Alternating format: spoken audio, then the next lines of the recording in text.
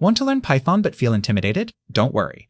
In this video, I'll break down Python basics so clearly that you'll wonder why it seemed hard before.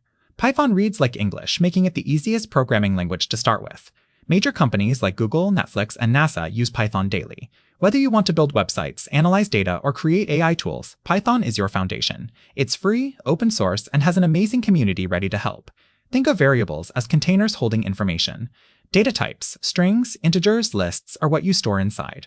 Functions are reusable blocks of code that do specific jobs. Control flow using if statements and loops lets you make decisions and repeat tasks. Master these 5 concepts, and you've unlocked 80% of Python programming. Writing code is how you learn. Start small, print your name, calculate numbers, build simple functions, then tackle real projects. Create a calculator, build a to-do list app, analyze spreadsheet data.